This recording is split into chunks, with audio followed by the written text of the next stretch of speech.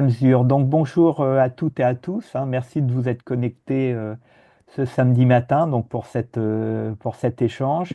Et bien sûr, merci donc à nos hôtes, enfin à nos présentateurs, hein, donc Sophie Dupuy-Giraud et Ruben Herman, qui vont se présenter quand ils vont démarrer leur présentation. Moi, je me présente parce que tout le monde ne me connaît pas, donc je suis Didier Erasme, je suis le nouveau président de l'AMRO depuis quelques mois. Voilà, juste quelques points sur le déroulement du séminaire. Euh, donc des points importants. Donc on va avoir une présentation sur les épitaxis, hein, par donc Ruben Herman qui est ORL à Lyon. Et puis on complétera par des études sur les effets ce qu'on connaît nous plus sous le nom Avastin, le bésacizumab, en conditions réelles. Donc, Sophie Dupuy-Giraud, hein, qui est responsable du centre de référence, vous expliquera de quoi il s'agit. Une étude qui a été publiée et qui est encore en cours d'analyse. Enfin, il y a des nouvelles analyses qui vont arriver.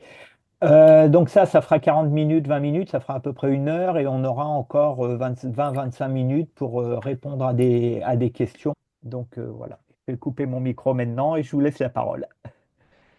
Ok. Euh, Bonjour à tous. Donc, en effet, moi, mon nom c'est Ruben Herman. Je suis ORL au centre hospitalier de Lyon et je travaille maintenant depuis plusieurs années avec le docteur Sophie Dupuy-Giraud dans le centre de référence. Donc, en tant qu'ORL, je gère en particulier comme vous pouvez vous en douter, les épistaxis et les saignements de nez. Et donc, l'idée de cette présentation, c'est de refaire un point sur cette problématique. Juste en aparté, n'hésitez pas, Didier ou Sophie, à me couper pendant la présentation parce que j'ai un seul écran et donc en fait je vois que ma présentation, donc je peux pas voir les messages en texte, en chat. Donc n'hésitez pas à me couper pour si jamais il y a des questions qui nécessitent d'être répondues, enfin auxquelles je dois répondre avant de finir la présentation. Ok. Donc, comme vous en doutez, donc, quand on parle d'épistaxis, c'est tout ce qui est un saignement de nez. C'est un saignement qui provient de la fosse nasale, hein, peu importe la localisation dans la fosse nasale. Et donc à différencier pour nous de saignements qui vont venir au niveau de la bouche ou d'autres parties ce qu'on appelle les voies aérodigestives supérieures. Et ces saignements de nez, ces épistaxis concernent la quasi-totalité des personnes atteintes de la maladie de Randy-Osler. C'est l'une des présentations cliniques, voire la présentation clinique la plus fréquente. Il faut savoir que les épistaxis, c'est un motif de consultation qui est très fréquent en ORL, même en dehors de la maladie de Randy-Osler, donc quelque chose auquel on est très souvent confronté. Chez la population générale, c'est surtout des saignements au niveau de la tâche vasculaire. Beaucoup de patients qui présentent également des traitements par anticoagulants ou antiagrégants. Et bien sûr, les télangiectasies dans la maladie de Randy-Osler. Donc, il y a quand même toute une partie de la prise en charge qui est relativement spécifique dans le cadre de cette maladie. Donc, vous connaissez peut-être ces critères, les critères de Kurosawa, qui nous permettent d'identifier ou de suspecter cette pathologie en fonction de différentes présentations cliniques. Et les épistaxis sont le premier critère, donc les épistaxis spontanées et récurrentes, c'est-à-dire pas des épistaxis qui vont survenir une fois tous les ans ou de manière très sporadique ou lors d'un traumatisme au niveau du nez. C'est vraiment des épistaxis, comme je pense vous en avez tous déjà eu, qui apparaissent sans crier gare et qui vont survenir plusieurs fois dans votre vie.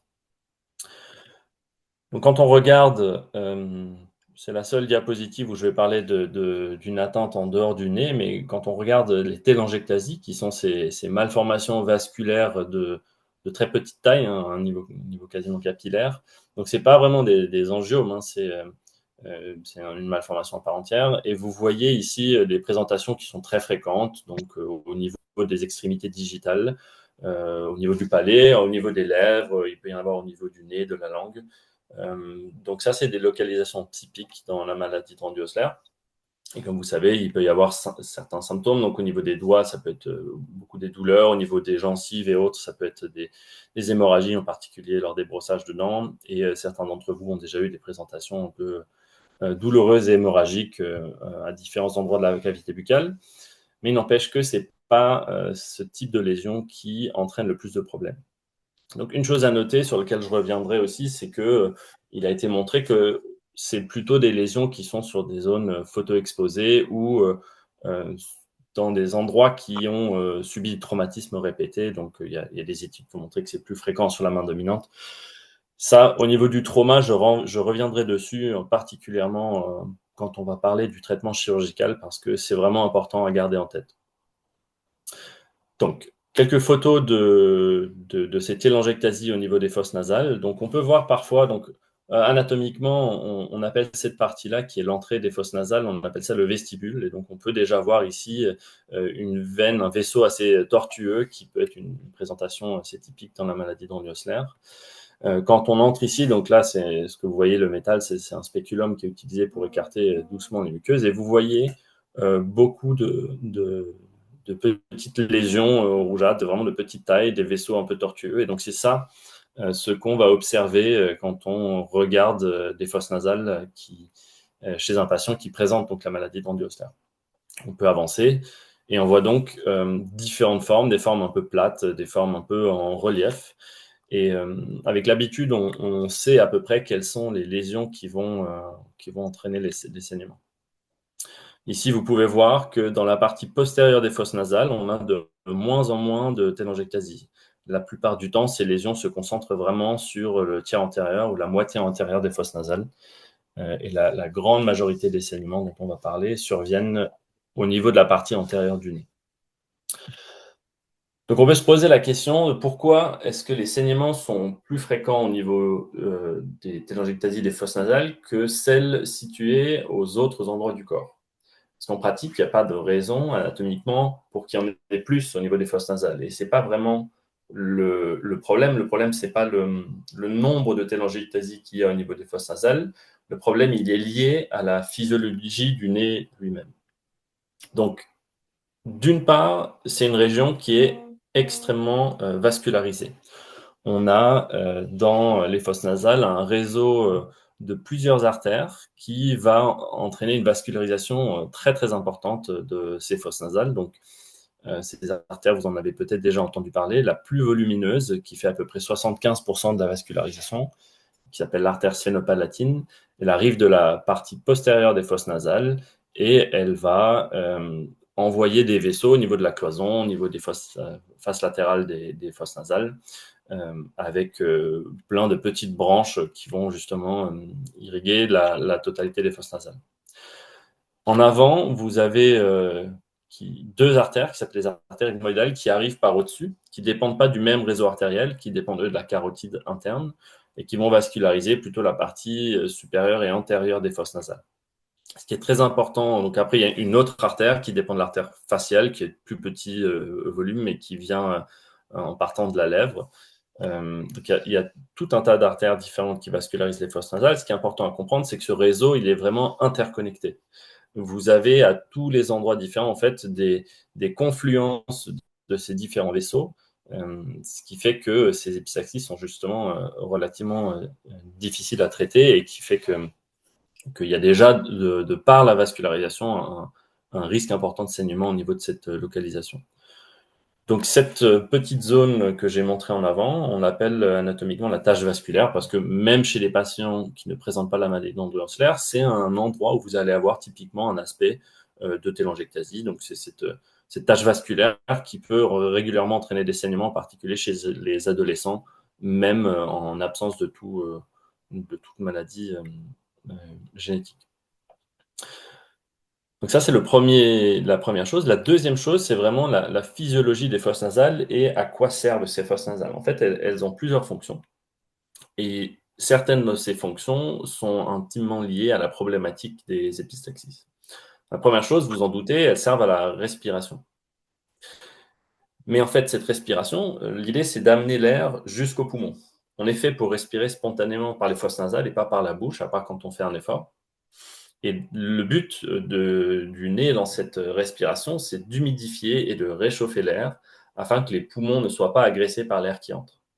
l'air extérieur peut être beaucoup plus froid et beaucoup plus sec que ce que les poumons arrivent à supporter. Donc, l'intérêt de toute cette vascularisation, c'est qu'il y a beaucoup de sang qui arrive au niveau des fosses nasales, au niveau du muqueuse des fosses nasales. Il y a beaucoup de reliefs qui vont créer des turbulences, comme je vais vous montrer. Et ça va entraîner un réchauffement de l'air et une humidification. Mais alors, qui dit l'air est réchauffé et humidifié, dit que les muqueuses, en échange, elles donnent en fait de la chaleur et elles donnent de l'humidité, donc elles s'assèchent. Et cette respiration, elle survient, vous imaginez, on respire 20 à 30 fois par minute, ce qui fait à peu près 20 000 inspirations dans la journée. Et à chaque inspiration, vous allez assécher vos muqueuses au niveau des fosses nasales et vous allez les refroidir. La deuxième chose, c'est qu'il y a un rôle dans la défense, et en particulier, vous filtrez en fait des particules. Donc ça, vous avez peut-être vous en êtes rendu compte si vous faites un peu de bricolage ou vous travaillez dans un environnement où il y a beaucoup de poussière. À la fin de la journée, vous avez beaucoup de dépôts de saleté au niveau notamment des poils qui a la partie antérieure des fosses nasales, mais aussi au niveau des fosses nasales. Encore une fois, pour éviter que toutes ces particules, elles viennent irriter les poumons.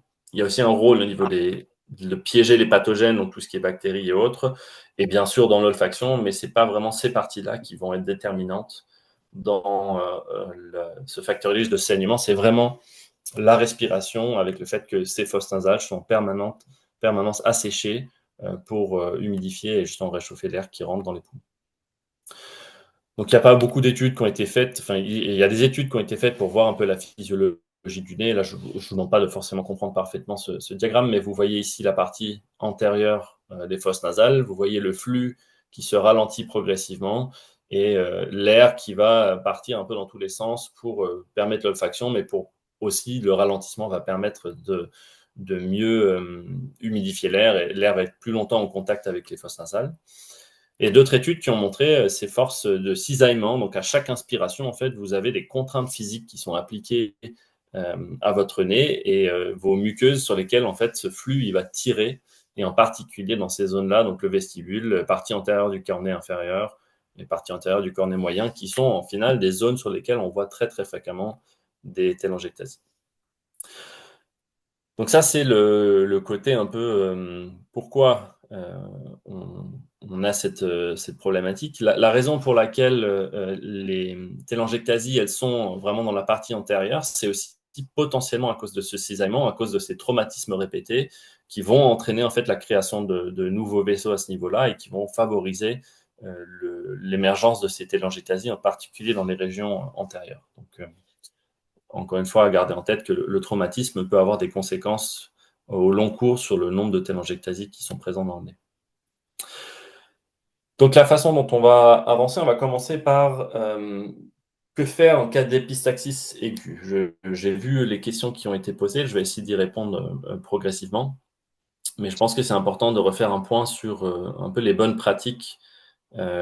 Qu'est-ce qu'il faut faire, qu'est-ce qu'il ne faut pas faire quand vous commencez à saigner chez vous à la maison ou n'importe quel lieu dans lequel vous pouvez être. Donc, la première chose, on dit toujours assis dans un endroit calme et isolé.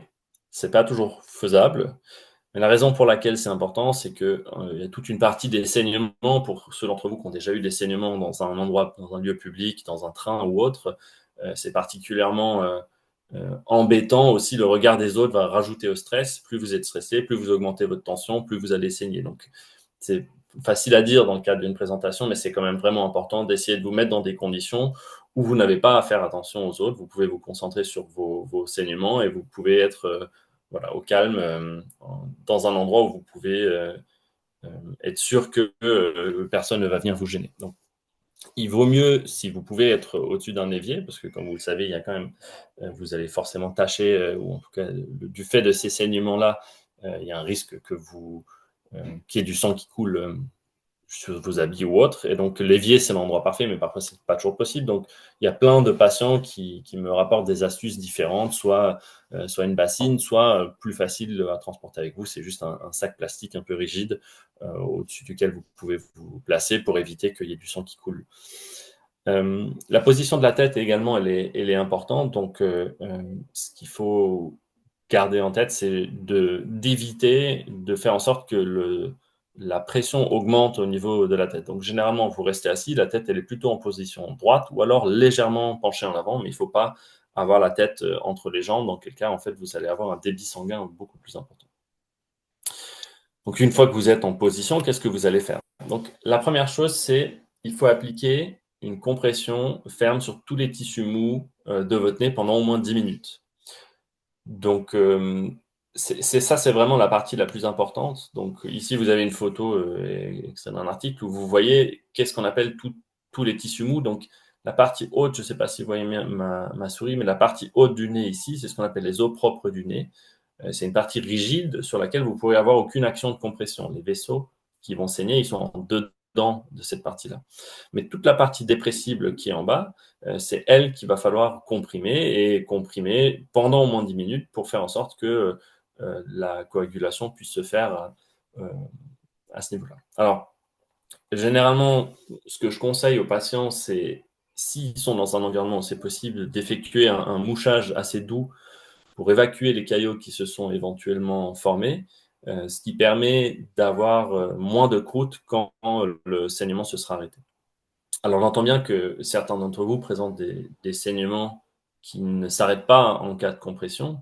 Il n'empêche que c'est quand même il y a toujours une partie à la partie antérieure des fosses nasales qui va risquer de saigner. Donc je crois qu'il y a une question qui avait été posée dans les messages qui était est-ce que la compression peut aggraver les saignements? Alors, en pratique, il y a toujours, enfin, il y a jamais de jamais en médecine, hein, donc vous trouvez toujours on va dire une exception à ces règles-là. La seule situation que moi je peux envisager où la compression va aggraver les saignements, si c'est vous avez des fosses nasales qui sont comblées par des croûtes particulièrement dures, où la compression va vous entraîner des plaies au niveau des fosses nasales. Mais justement, pour éviter ça, on reviendra dans la deuxième partie de la présentation sur les choses à faire et pour une bonne hygiène du nez. Donc, il y avait une autre question qui m'avait été posée, qui était pourquoi mes oreilles se bouchent et pourquoi je peux saigner au niveau des yeux quand je me bouche le nez. En fait, vous avez des communications au niveau du nez avec différents organes. Donc, vous avez peut-être remarqué que quand vous pleurez, si jamais ça vous arrive, vous pouvez avoir le nez qui coule. En fait, vous avez ce qu'on appelle un canal lacrymal qui rejoint le nez en partant de l'œil et qui permet d'évacuer toutes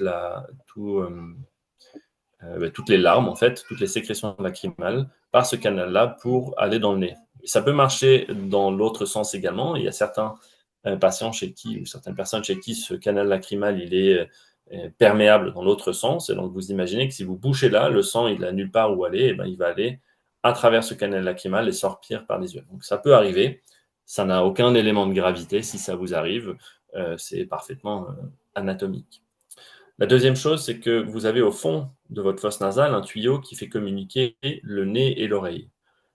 Pour ceux d'entre vous qui, voilà, si vous changez d'altitude, vous remarquez que parfois vos oreilles vont se boucher ou se déboucher, ou si vous passez dans un tunnel. Et une chose qu'on peut faire pour tester ça, c'est de pincer son nez doucement pour créer une étanchéité et souffler par le nez, qui est du coup bloqué, et vous allez sentir que vos oreilles se bouchent ou se débouchent. Donc c'est pareil, vous pouvez avoir dans certains cas du sang qui peut remonter le long de ces trompes. C'est bénin, c'est relativement rare parce elle est rarement perméable au liquide dans ce sens-là, mais voilà, il ne faut pas vous étonner si vous avez une obstruction au niveau des oreilles quand vous bouchez le nez. Il y a aussi des choses qu'il ne faut pas faire, et en particulier, c'est s'allonger ou pencher la tête en arrière ou bien trop en avant, c'est-à-dire mettre la tête entre les jambes. Il ne faut pas non plus avaler le sang, donc ça va avec la même situation que s'allonger, parce que vous allez avoir en fait le sang, c'est pas très digeste. Vous allez avoir probablement des nausées, dans certains cas des vomissements, et vous savez que les efforts de vomissement peuvent vous faire ressaigner à ce moment-là. Donc c'est pas une bonne idée d'avaler le sang dans ces situations-là. Et l'autre chose qui est pareil, qui est pas une bonne idée, c'est de laisser le sang couler sans comprimer. Donc encore une fois, même quand vous avez des saignements qui viennent derrière, si vous n'avez pas un ralentissement du flux et que vous n'aidez pas vos fosses nasales à créer un caillot, eh ben, vous pouvez avoir des saignements qui sont beaucoup, beaucoup plus longs que si vous comprimez. Donc, vraiment, en aucun cas, il faut juste attendre que ça passe. Ça ne vous fera pas du bien. Donc, bien sûr, beaucoup d'entre vous ont déjà eu la situation où ces épistaxis continuent malgré la bonne compression. Donc, la bonne pratique, c'est généralement de répéter cette compression-là. On peut, encore une fois, à ce moment-là, faire un mouchage doux. Si vous saignez de toute façon, vous voyez que ça n'a pas servi, vous évacuez les caillots avant de reprendre le mouchage. La raison pour laquelle, dans cette partie-là, ça peut être intéressant, c'est que les caillots, ils vont se décomposer progressivement et ils vont entraîner en fait un flux de vieux sang, mais qui est déjà du sang, qui n'est pas du sang frais, et qui va être difficile de différencier d'un saignement actif. Donc on peut avoir parfois chez les patients l'impression que ça saigne encore, mais c'est juste le caillot qui se délite. Euh, c'est sûr, c'est pas des situations qui sont très agréables, mais dans certains cas, ça peut aussi être en reniflant, en recrachant ses caillots par la bouche. C'est pas moins efficace que le mouchage et tout dépend de où le caillot est bloqué. Parce que plutôt que de forcer, vous sentez que vous avez un caillot et vous n'arrivez pas à le faire sortir par la partie antérieure de votre nasale, parfois en reniflant, ça sera plus facile de l'évacuer. Alors la deuxième partie, donc appliquer de la glace au niveau du cou, au niveau du palais, l'idée derrière ça, c'est que quand on applique du froid sur une artère, on va créer une vasoconstriction et on va donc diminuer l'afflux sanguin en aval de ce vaisseau-là. Donc ça dépend un peu de votre anatomie et de où passe votre artère sphénopalatine, notamment par rapport au palais. Mais il y a des patients chez qui ça a un effet assez intéressant en termes de débit sanguin qui va sortir, donc quelque chose que vous pouvez tout à fait essayer, donc soit sucer des glaçons, soit des poches froides que vous allez appliquer au niveau du cou des deux côtés. La dernière partie, c'est ce qu'on appelle l'automéchage, donc ça, on va en reparler plutôt vers la fin de la présentation. Dans certains cas, je sais que certains patients d'entre vous mettent des choses au niveau des fosses nasales pour éviter les saignements. Donc, je ne suis pas là pour vous dire ce qu'il faut faire ou ce qu'il ne faut pas faire dans ce cadre-là, parce que vous avez beaucoup plus l'habitude de vos propres saignements que moi. Donc, dans la population générale, on ne recommande pas de faire des automéchages. Si pour vous, ça fonctionne, le seul conseil que je vous donnerais, c'est de faire attention à ce que vous mettez dans le nez. Donc, typiquement, une très très mauvaise idée, c'est les mouchoirs ou tout autre, ou du sopalin ou toute autre chose qui, quand ça va sécher, ça va durcir et quand vous allez l'enlever, vous allez arracher la coude, ça va ressaigner. C'est mieux d'utiliser du coton et surtout du coton qui est imbibé de vaseline. L'idée, c'est encore une fois que cet automéchage, ça va vous donner une compression, plutôt une compression qui vient de l'extérieur. Là, c'est une compression qui vient de l'intérieur. Mais l'idée, c'est qu'il faut que vous puissiez l'enlever, ce méchage, sans vous faire signer à nouveau. Donc, si vous l'avez imbibé de vaseline, il ne va pas adhérer à vos parois des fosses nasales et ça va être beaucoup plus facile à retirer. Quand je dis vaseline, homéoplasmine, n'importe quelle autre pommade grasse que vous pouvez avoir à la disposition. Donc, quand est-ce que je dois m'inquiéter? Ça, c'est aussi une question qui revient assez fréquemment, en particulier chez des patients qui n'ont jamais eu la situation où ils ont dû consulter aux urgences pour leur saignement. Donc leur angoisse, c'est de savoir à quel moment est-ce que vraiment le saignement est tellement important que je n'ai pas le choix, je vais devoir aller consulter aux urgences. Donc, il y a deux situations qui vont poser problème, qui sont liées soit au volume que vous avez perdu, soit à la concentration des globules rouges, donc le taux d'hémoglobine qui représente la protéine qui permet de transporter l'oxygène dans le sang. Et ces deux situations-là, elles sont parfois un peu différentes. Donc, juste pour vous donner une indication, on a à peu près 5 litres de sang dans le corps humain, par exemple 8% du poids corporel. Et la plupart de ce sang, c'est de l'eau, sous forme de plasma, en fait. Dans les saignements, donc, souvent, le volume est surestimé parce que le caillot va être beaucoup plus volumineux que le liquide qui est réellement perdu. Donc, c'est vrai que souvent, la quantité en termes de bassine ou de verre n'est pas un reflet exact du sang qui a été perdu lors de cet épisode de saignement. Pour exemple, quand on fait un don du sang chez quelqu'un qui n'a pas de problème de santé particulier, qui a un taux d'hémoglobine qui est normal, on peut donner un demi-litre de sang sans problème particulier. Dans cet exemple du don du sang, le liquide qui est perdu, ce demi-litre du sang, il est reconstitué très rapidement. En moins de 48 heures, vous avez à nouveau votre volume de sang comme avant. Mais vous avez quand même perdu des globules rouges. Et donc, ces globules rouges, ils vont mettre un certain temps à se reconstituer et ils vont nécessiter du fer.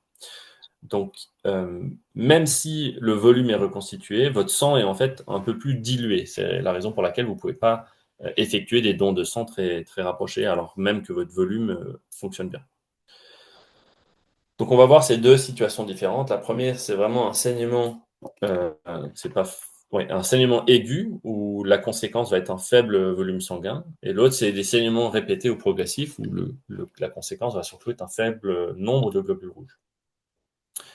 Le plus classique dans la maladie d'Andy-Osler, c'est vraiment les saignements subaigus ou chroniques, particulièrement fréquents, notamment dans des périodes comme l'hiver ou quand l'air est particulièrement sec, ou parce que pour une raison XY, vous rentrez dans un cercle vicieux de saignements et vous allez avoir des saignements beaucoup plus abondants que d'habitude et qui reviennent tous les jours, 2 fois par jour. Donc, même si sur un saignement, vous n'avez pas de problème particulier, vous allez progressivement perdre du fer, donc avoir moins d'hémoglobine, moins de globules rouges. Et les symptômes que vous allez avoir, c'est surtout une fatigue, un essoufflement pour des efforts qui d'habitude ne vous posaient pas de problème, c'est-à-dire monter un escalier qui devient très difficile, avoir des troubles de la concentration, des épuisements. Dans le cadre de ces saignements répétés, la consultation, elle est plutôt auprès du médecin traitant si vous pouvez, un ORL qui a l'habitude de vous suivre. Si vous avez la chance d'être proche d'un centre de référence, donc un centre ou de compétences dans cette situation-là. Et si vraiment rien n'est possible, il faut quand même, dans certains cas, aller aux urgences pour pouvoir bénéficier d'un examen clinique pour évaluer cette anémie et une prise de sang. Et donc, la prise en charge, elle va être très dépendante des résultats. Ça peut aller de substitution par du fer, une transfusion, dans certains cas même une hospitalisation. Et ça va être également dépendant d'autres facteurs de risque que vous avez au niveau de vos antécédents, des problèmes cardiaques ou autres. Donc la deuxième situation, c'est celle de l'épistaxis particulièrement abondant. C'est cette situation-là qui est peut-être un peu plus effrayante pour la plupart des patients. Donc le risque dans ce cas, c'est de faire ce qu'on appelle une anémie aiguë et d'avoir en fait un faible volume de sang. Les conséquences, elles vont être un peu différentes. Vous allez avoir, dans certains cas, un essoufflement très important, des douleurs thoraciques. Vous allez sentir votre cœur qui bat très très vite parce qu'il est obligé de compenser le fait que le volume est bas. Donc vous allez avoir vous allez sentir votre cœur battre très fort. Vous allez avoir une baisse de la pression artérielle parce qu'encore une fois, votre volume diminue. Et vous pouvez avoir ce qu'on appelle des lipothymies, des sensations un peu de partir ou alors même des évanouissements. Dans quel cas, là, c'est des signes qui sont suffisamment graves pour qu'il n'y ait pas besoin d'attendre. Vous appelez le 15. Dans certaines situations, si vous êtes à proximité, c'est le 15 qui vous guidera, qui vous dira si quelqu'un vient vous chercher, si c'est les pompiers qui arrivent, ou alors si dans votre état clinique, il vous conseille de vous faire accompagner aux urgences. Dans aucun cas, il faut que vous preniez vous-même la voiture dans ces situations-là. Donc, la question qui est posée aussi après, c'est qu'est-ce qui va se passer au niveau des urgences? Donc, les protocoles, là, je vous dis un peu le protocole de l'ORL. Je sais bien qu'il n'y a pas des ORL à toutes les urgences. Il n'empêche que la bonne façon de faire, c'est de refaire ce que vous avez peut-être déjà fait à la maison. Donc, on va à nouveau vous faire décailloter. On va parfois faire des lavages, même avec du sérum physiologique pour enlever tous les caillots. Une fois que les fosses nasales sont bien libres, on va vous redemander de faire une compression bidigitale pendant 10 minutes. Donc, ça peut être un peu surprenant parce que vous allez dire que vous l'avez déjà fait à la maison. La plupart du temps, quand même, pour voir comment ça se passe, on est obligé de refaire ce protocole-là, en sachant que souvent, quand les patients arrivent aux urgences, les saignements sont déjà taris. Dans le cas où le saignement est arrêté quand vous êtes aux urgences, on ne vous fera absolument rien au niveau de votre nez. D'accord ? C'est pas du tout recommandé de toucher un nez qui s'est arrêté de saigner, parce que tout ce que vous allez faire, ça va pouvoir éventuellement refaire saigner. Donc, ça peut être un peu frustrant parce que vous arrivez, vous dites, j'ai saigné pendant 1 heure et demie, là, je ne saigne plus. Nous, on ne va pas faire quoi que ce soit au niveau d'un nez qui s'est arrêté de saigner de lui-même parce que tout ce qu'on va faire, ça va être plus délétère qu'autre chose.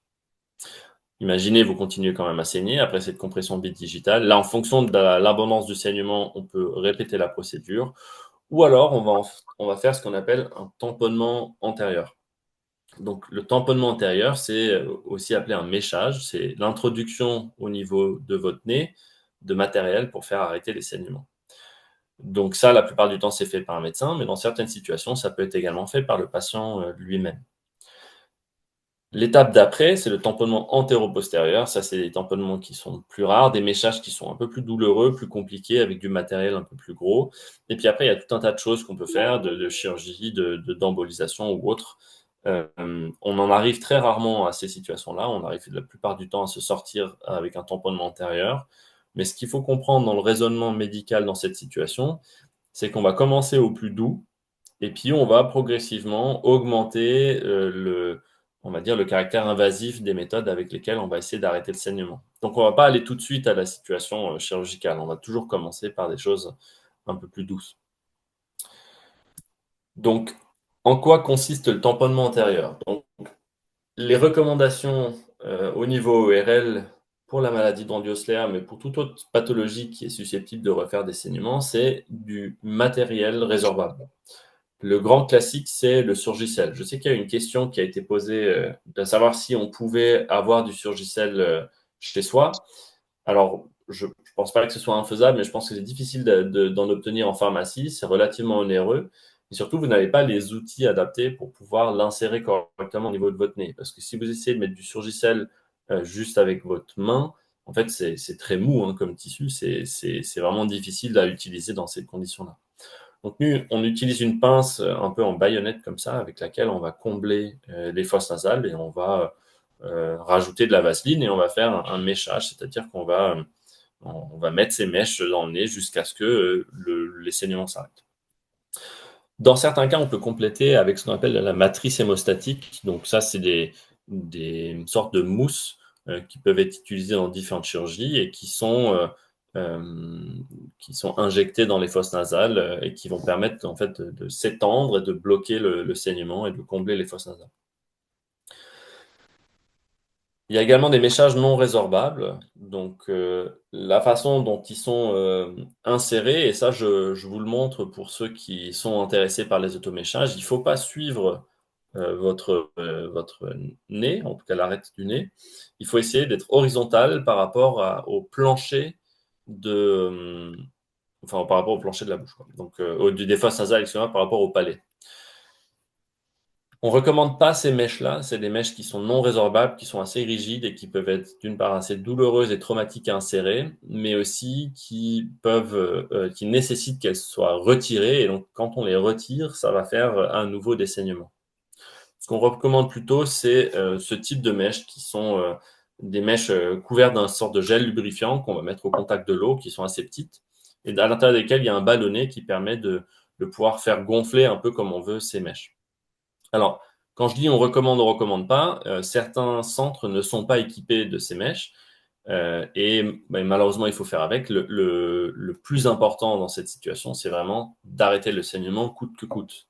Donc, on fait au mieux avec ce qu'on a. Dans certaines situations, on ne veut pas avoir accès à des mèches non résorbables.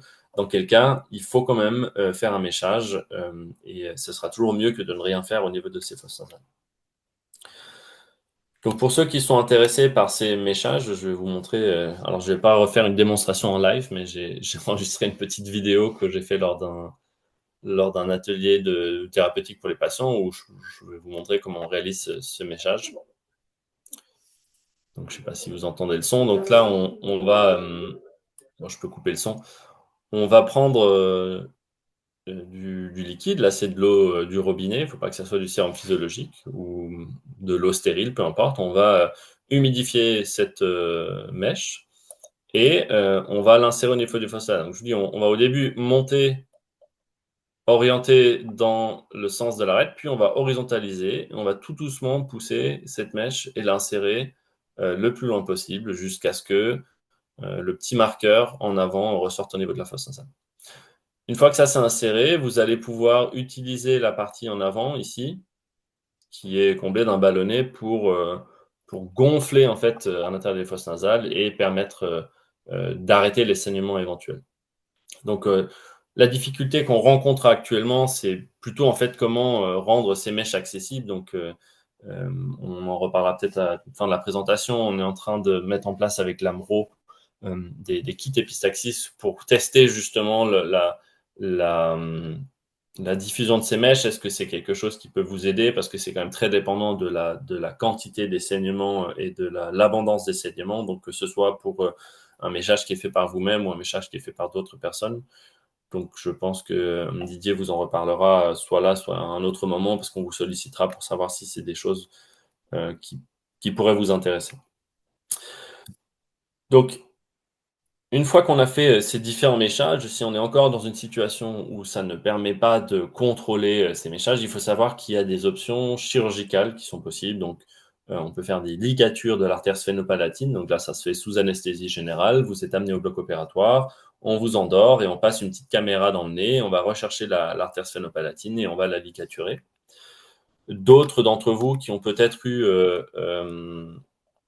cette situation-là. Donc là, c'est ce qu'on appelle la ligature de l'artère ethmoïdale. Hop, je suis désolé, ce que je voulais vous montrer, c'est décalé.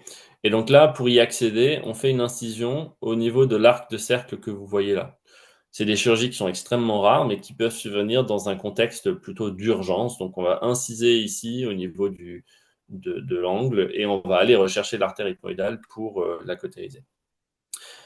La dernière chose qu'on fait, et ce dont vous avez peut-être déjà entendu parler, c'est l'embolisation. Donc l'embolisation, là, c'est pas un chirurgien qui va le faire, mais c'est un médecin radiologue interventionnel qui va passer par une artère de votre corps, qui va aller repérer le vaisseau qui saigne, qui va mettre à l'intérieur de ce vaisseau du produit pour le boucher, pour faire en sorte qu'il ne puisse plus saigner. Donc si on refait l'examen après, vous voyez que toute cette partie-là du vaisseau est obstruée.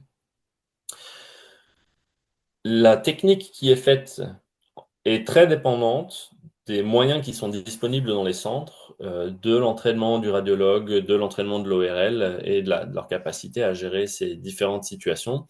Il n'y a pas vraiment on va dire de meilleures solutions quand on en arrive à ces situations qui sont qui restent quand même extrêmement rares. Ce qu'il faut garder en tête, c'est que ça, c'est des situations qui n'ont un intérêt que dans les saignements aigus. Je vous le dis parce que j'ai été déjà confronté à des patients qui veulent faire des embolisations préventives. L'embolisation au niveau des artères qui vascularise la fosse nasale, c'est un risque qui est tout sauf anodin. Il y a des complications, malheureusement, tous les ans, il y a des patients chez qui il y a des complications assez sévères suite à ces embolisations. Donc, il faut vraiment bien mesurer ce qu'on appelle le rapport bénéfice-risque. Donc, si vous avez un saignement aigu où vous n'avez aucun moyen de l'arrêter, le bénéfice, il est beaucoup plus important que le risque de l'embolisation. Mais dans une situation où vous n'avez pas de saignement aigu, ce rapport, il s'inverse et l'embolisation, c'est vraiment pas un traitement des épistaxis récidivants. Vous allez probablement trouver des patients qui vont vous dire que ça a eu un effet. C'est parce que je dément pas que ça a un effet, on va dire, au court terme, mais ça va jamais arrêter les saignements au long terme. Et toute une partie des patients qui ont eu ce type d'intervention, on va dire, de manière répétée, vont présenter des complications qui sont bien au-delà du risque de saignement qu'ils peuvent avoir. Donc on en arrive à la partie qui, à mon sens, est peut-être la plus importante de la présentation, c'est comment prévenir les saignements. Parce que la plupart du temps, il y a toujours des choses à faire pour ne pas en arriver à la situation que je viens de décrire, c'est-à-dire des saignements tellement abondants qu'on est obligé de consulter aux urgences. Et la prévention de ces saignements, c'est vraiment le b.a.-ba de la prise en charge de la maladie d'Andy-Osler, et ce sur quoi je vais insister le plus. Donc je vous l'ai dit, le rôle du nez, c'est d'humidifier, de réchauffer et de filtrer, et donc ça fragilise les muqueuses et les télangiectasies, et ça crée l'épistaxis. Donc la chose la plus importante que vous puissiez faire, et je me retrouve encore parfois dans la situation où je dois convaincre les gens de l'importance, mais c'est extrêmement important, extrêmement efficace, c'est les soins locaux, et en particulier l'application de pommades grasses au niveau de vos fosses nasales. Le choix de la pommade n'a pas d'importance. Vous pouvez prendre de la vaseline stérile, de l'homéoplasmine, de la pommade HEC, de la pommade Vitamina. C'est pas vraiment ça qui est important. Ce qui est important, comme je vous l'ai expliqué, c'est de prévenir l'assèchement des fosses nasales. Souvent aussi, les patients ne sont pas tout à fait sûrs comment appliquer cette pommade. La pommade, elle est à appliquer en quantité relativement abondante, donc je vais essayer de vous montrer, même si j'ai pas de pommade sous la main. Vous mettez une petite noisette de pommade au niveau de votre doigt. et vous allez pousser la pommade à l'intérieur de votre nez. Et puis, vous allez appuyer doucement sur l'aile du nez pour étaler la pommade. Il y a une partie de cette pommade qui va ressortir. Vous la remettez à l'intérieur, vous appuyez, vous répétez ça jusqu'à ce qu'il n'y ait plus de pommade qui sort. Et toute la pommade se sera étalée au niveau de vos fosses nasales. Ça va peut-être vous boucher un peu les fosses nasales temporairement. Ce n'est pas vraiment un problème. Ça va avoir deux effets majeurs. Comme je vous l'ai dit, ça va protéger les fosses nasales. Ça va éviter qu'elles s'assèchent. Ça va éviter qu'elles se fragilisent. Et l'autre chose, c'est que ça va ramollir toutes les croûtes que vous pouvez avoir au niveau nasal. La différence, elle est flagrante. Les photos que je vous ai montrées en début de présentation des fosses nasales chez un patient radiosphère, c'est un patient qui fait des soins locaux extrêmement fréquents. Vous avez vu qu'il n'y a absolument pas de croûte. Il y a certaines situations comme les perforations de la cloison où vous allez avoir des difficultés à ne jamais avoir de croûte. Mais la meilleure façon d'éviter la présence de ces croûtes, c'est vraiment l'application de pommade en grande quantité au niveau des fosses nasales qui va ramollir tout ça. Alors, pour ceux d'entre vous qui ne sont pas encore convaincus, vraiment faites-le. Mais il faut savoir que ça ne va pas avoir tout de suite l'effet de diminution de ces saignements, parce qu'au début, quand il y a beaucoup de croûtes au niveau des fosses nasales, le fait de les ramollir, le fait de les faire tomber, ça peut entraîner des nouveaux saignements. Et généralement, il faut compter 2 à 3 semaines d'application quotidienne ou pluriquotidienne de ces pommades-là pour vraiment avoir un effet euh, au long cours, on va dire. La plupart des gens, peut-être que je prêche déjà des convaincus, hein, mais vraiment, je sais d'expérience qu'il y a encore certains patients qui ne le font pas. C'est le meilleur moyen que vous avez pour facilement diviser en deux la quantité des saignements que vous allez avoir, plutôt que avec des fosses nasales pleines de croûtes, et que dès que vous touchez, dès que vous éternuez, dès qu'il y a quoi que ce soit, les croûtes, elles vont faire saigner à nouveau. Il y a autre chose que vous pouvez faire dans la journée. Donc, on prescrit souvent au centre de référence du gélocitin, qui est en fait une sorte d'huile qui est plus facile à appliquer, qui va rester un peu moins longtemps, mais que vous pouvez plus facilement transporter avec vous. Vous faites un pchit au niveau des fosses nasales et ça permet de tapisser à nouveau. C'est toujours la même idée. Vous tapissez, vous protégez ces fosses nasales de l'assèchement. Je voulais également vous parler du lavage de nez. Donc, le lavage de nez, c'est un peu plus délicat parce qu'en effet, quand vous le faites en dehors de tout saignement, eh ben, ça peut vous déclencher des saignements. Vous avez un flux qui va emporter tout un tas de choses, mais ça reste quand même quelque chose, quand vous le commencez tôt dans votre, on va dire, parcours, quand vous n'avez pas encore des saignements très, très fréquents, c'est quelque chose qui peut vous soulager, qui fait vraiment une hygiène du nez très, très saine, parce que ça va emporter tout un tas de saletés. Ça est beaucoup plus efficace qu'un mouchage. Et je vous invite à essayer de vous y mettre, mais je sais que c'est un peu plus difficile pour les patients, parce que il y a cette peur qui est parfois justifiée que ça va déclencher à nouveau des saignements. Il faut vraiment éviter les traumas directs. Il ne faut pas mettre de coton-tige dans le nez pour appliquer cette pommade, surtout si vous le mettez loin, ce coton-tige, ou même mettre votre doigt loin, parce que vous pouvez abîmer les telangiectasies. La dernière chose, c'est que l'air ambiant, il va jouer un rôle, et plus cet air ambiant il est humide, moins vos fosses nasales elles ont un besoin d'humidifier l'air que vous inspirez. C'est particulièrement important en hiver, parce que l'air de l'extérieur est froid et donc il peut contenir moins d'humidité, et quand cet air rentre dans la maison, vous le chauffez, il devient très sec, et en fait il va devoir chercher de l'humidité quelque part, et il va le chercher au niveau de votre nez. Et donc vous allez être encore plus asséché à ce niveau-là et faire plus de saignements. Donc l'humidification du nez, c'est très important. Voilà, à quel point j'insiste sur les points locaux. Vous voyez que c'est vraiment pour moi le b.a.-ba de la prise en charge de ces préventions-là, et c'est largement sous-estimé, et par les médecins qui prennent en charge les patients qui souffrent de la maladie de Randy-Osler, et par les patients eux-mêmes.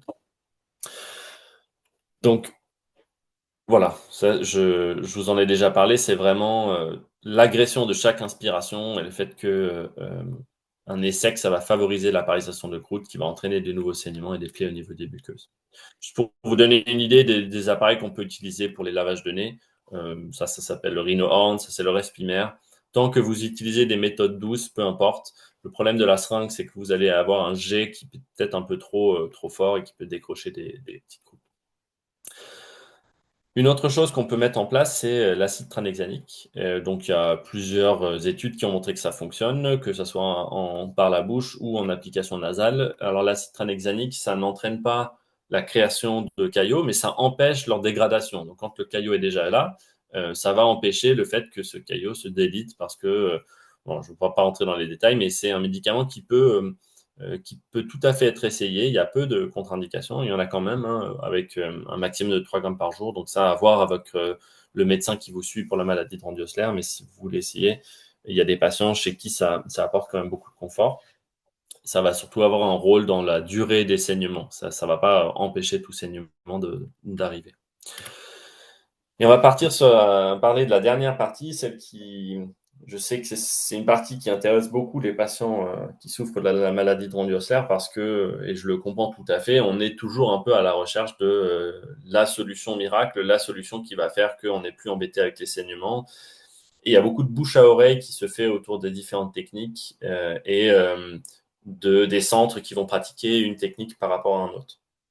Donc, je veux commencer par mettre un peu un frein à tout ça en vous disant, faites très attention, parce que toutes ces techniques-là, elles doivent être utilisées avec beaucoup, beaucoup, beaucoup de précautions, peu importe laquelle. Et pour tous les patients qui viennent nous voir en disant bah, j'ai entendu parler de cette technique, il paraît que c'est révolutionnaire, il n'y a aucune nouvelle technique qui est décrite depuis plus d'une dizaine d'années dans la maladie de Randy-Osler. Tout ce qui se passe, c'est qu'il y a des cycles en fait où il y a des équipes qui redécouvrent une technique, qui l'utilisent. Généralement aussi, il y a des biais au niveau médical où on va plus parler de ce qui réussit que ce qui réussit pas. Et donc, vous allez avoir une image un peu déformée de cette technique, en particulier dans les communautés de patients, parce que ça peut être survendu aussi par certains médecins. Donc, vraiment, il y a de la littérature sur les différentes techniques. Il y a des articles qui ont été rédigés sur le laser, sur la sclérothérapie, sur la coblation, sur la radiofréquence. Tout ça, ça va avoir un effet. D'accord? Vous allez entraîner une diminution des saignements, généralement dans les suites du geste, un peu indépendamment de votre technique que vous utilisez. Mais on ne sait pas du tout combien de temps ces diminutions elles vont durer. Est-ce que ça va avoir un effet pendant quelques mois, pendant une année, ou généralement c'est moins, parce que toutes ces études, elles sont relativement courtes. La deuxième chose, c'est qu'il y a beaucoup, beaucoup de ces traitements qui vont avoir des effets négatifs. Et donc là, on passe dans l'excès inverse, où il y a des patients qui ne veulent plus du tout entendre parler de certains traitements. Donc je sais qu'il y a eu beaucoup de cas dans la région lyonnaise de patients qui ont eu des traitements par laser. Le laser, comme tout autre traitement, s'il est fait de manière un peu trop appuyée, on va dire, il va entraîner des problèmes et notamment des nécroses au niveau des fosses nasales. Et ces nécroses, si elles sont au niveau de la cloison, elles vont entraîner des perforations de cloison. Donc ça, c'est une complication qui est très fréquente en particulier le laser, s'il est fait au mauvais endroit. La sclérothérapie, c'est une autre technique qui est très utilisée par différents centres, utilisée à Paris, il y a des centres qui l'utilisent en Espagne, en Allemagne. C'est encore une fois un moyen de traiter les télangiectasies, mais ça n'est pas un traitement de la maladie. Donc, vous pouvez avoir une amélioration en court ou moyen terme de certains symptômes. Ça peut permettre à certains patients de passer un cap euh, sur des télangiectasies très ciblées, mais ce n'est pas une solution miracle. Et surtout, il y a beaucoup de complications également avec la sclérothérapie qu'il faut garder en tête. Donc, les équipes qui l'utilisent ne l'utilisent que dans certaines situations, à certains endroits du nez. Et c'est vraiment important de le faire avec parcimonie. Donc ça, c'est les centres qui ont l'habitude de ces traitements, généralement, ne font qu'un des traitements. Il faut vraiment ne pas rester sur cette idée qu'il y en a un qui est meilleur que l'autre parce qu'aucune étude ne nous montre ça. On sait qu'il fonctionne, encore une fois, à court et moyen terme, mais c'est pareil, je sais qu'il y avait des questions dans le mail en disant est-ce que c'est mieux avec de l'étoxysclérol, avec du glubrand, en fait, ça n'a pas beaucoup d'importance. La sclérothérapie, elle a montré une efficacité dans plein d'autres domaines au niveau vasculaire. On sait quels sont les traitements qui permettent de refermer les vaisseaux. Mais encore une fois, on a affaire avec une maladie génétique qui va refaire des télangiectasies. Et la dernière chose qu'il faut garder en tête, c'est que vous ne savez pas, et nous non plus, on ne sait pas, si au long cours, les patients qui ont eu des traitements locaux au niveau du nez ne vont pas avoir plus de lésions du fait du traumatisme local qui va faire qu'il y ait des vaisseaux qui vont revenir, qui vont repousser, qui vont peut-être refaire plus de télangiectasie. Donc, on n'a pas de notion sur le très long cours, sur ces traitements-là. Est-ce qu'ils vont être bénéfiques ou justement plutôt délétères? Donc, il faut garder en tête vraiment que ces traumatismes, ils peuvent induire des télangiectasies, ils peuvent induire des complications des perforations de la cloison, et que dans d'aucun cas, les embolisations itératives, ça, pour le coup, vraiment, je vous déconseille. Je sais qu'il y a des centres qui le font, mais c'est vraiment pas conseillé dans la maladie de Rondy-Osler pour le traitement préventif de l'épistaxis. Donc, mon discours, c'est pas de vous dire qu'il faut jamais faire de traitement local, mais vraiment, il y a tellement de choses à faire avant d'en arriver au traitement local, tellement de choses qui sont efficaces. Et souvent, je vois même des médecins en fait qui vont griller les étapes et qui vont aller tout de suite à ce traitement-là parce que il y a un effet immédiat qui est parfois plus intéressant, alors que le traitement local et le soin locaux a montré beaucoup plus d'efficacité au long cours que tous ces traitements. Donc, Je juste me, pour vous en parler, vous en avez déjà entendu parler, on ne le ouais, fait plus trop en je France. me, je me permets juste de reprendre Ouais, la parole parce on a pas mal dépassé le temps. c'est ma dernière diapo. Je D'accord, suis ça désolé. marche. Euh, L'obstruction des fosses nasales, donc on le fait plus trop en France, mais il faut savoir que de manière temporaire, ça marche très bien. Pour les raisons que je vous ai évoquées, ça va empêcher le flux au niveau des fosses nasales, ça va empêcher de, d'assécher et d'humidifier, enfin de refroidir cette muqueuse. Et donc on peut le faire temporairement, comme vous voyez là, en scotchant le nez, en mettant des cotons imbibés de Vaseline. Il y a plein de techniques différentes, mais pour ça, je vous conseille quand même de vous rapprocher plutôt d'un ORL qui a l'habitude de faire pour vous, pour vous guider là-dedans, parce que ça va en effet arrêter les saignements, mais l'inconfort étant que vous ne pourrez plus respirer par le nez. Donc je suis désolé d'avoir dépassé, je redonne la main pour, euh, pour la suite de la présentation à Sophie Dupuy-Léraud. Merci beaucoup pour cette présentation, très, très intéressante et bien ciblée effectivement sur ce qu'on avait prévu. Et effectivement, sans transition, comme ils disent à la télé, je passe la parole à Sophie Dupuy-Géraud. Bonjour à toutes et à tous. Est-ce que vous voulez partager ou est-ce que vous voulez que je partage je, je peux partager, c'est bon? Pardon, je parlais sans mettre mon micro. Oui, Oui. voilà, mais je vais partager, alors parfait. Donc, est-ce que vous voyez bien mon écran? Je vais me mettre en plein écran. Oui, on va Bon, très écoutez, bien. parfait, parfait. Donc, bonjour à vous. Donc, l'idée aujourd'hui, c'était de faire un petit état des lieux sur une étude qui est en cours et qu'on a présentée au Congrès international à Cannes en octobre 2024, qui a eu pour but de reprendre un peu, de faire un point en France sur tous les traitements par bevacizumab intraveineux, je précise bien intraveineux, qui ont été administrés chez des patients atteints de la maladie de Ranvier. Donc, l'idée, donc on appelle ça actuellement l'étude des données de vie réelle. C'est vraiment comment est-ce que ça se passe depuis qu'on administre le bevacizumab intraveineux pour la maladie de Randy-Osler et de refaire un point général d'une part sur l'efficacité et d'autre part sur la tolérance à long terme, puisqu'on a commencé maintenant il y a plus de 15 ans, enfin il y a 15 ans à peu près, à traiter les patients par bevacizumab intraveineux.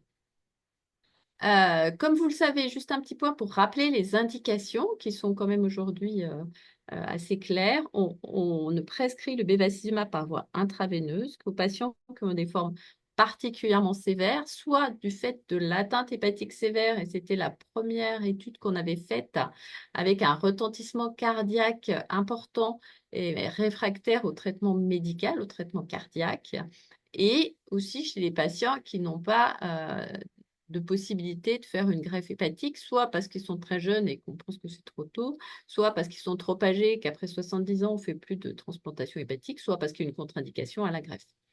Voilà, donc la greffe reste quand même au niveau du foie un traitement important. C'est une situation rare, mais voilà, donc ça c'est la première indication. Et la deuxième indication et pour les patients qui ont une anémie sévère. Donc en général, on définit comme sévère une anémie qui, malgré le fer péros, n'est pas corrigée et donc qui justifie des transfusions de globules rouges répétées. Donc ça, c'est vraiment un point important. Donc, c'est des patients qui ont des transfusions de globules rouges très répétées et ou, alors aujourd'hui, des perfusions de fer très répétées également. C'est-à-dire que du fer administré tous les mois ou plusieurs fois par mois, à long terme, peut entraîner des effets secondaires. Voilà. Donc, les indications restent aujourd'hui celles-ci. Donc, on a rapidement vu que c'était important de recueillir toutes les données, d'une part pour vérifier l'efficacité et d'autre part pour aussi vous donner des informations claires sur les effets secondaires à court et à long terme, parce que comme tout traitement, il y a potentiellement des effets secondaires et c'est pour ça, comme le disait Ruben Herman, il faut toujours évaluer la balance bénéfice-risque. Et il n'est jamais anodin de prendre un médicament. Vous êtes bien placé pour savoir que, par exemple, l'aspirine, même s'il est prescrit largement dans la population, ce n'est pas du tout un médicament anodin. Voilà, donc pour tout médicament, on doit toujours évaluer cette balance. Donc, on a travaillé avec tous les centres experts français. Donc, actuellement, il y a 19 centres de compétences en France, un centre de référence.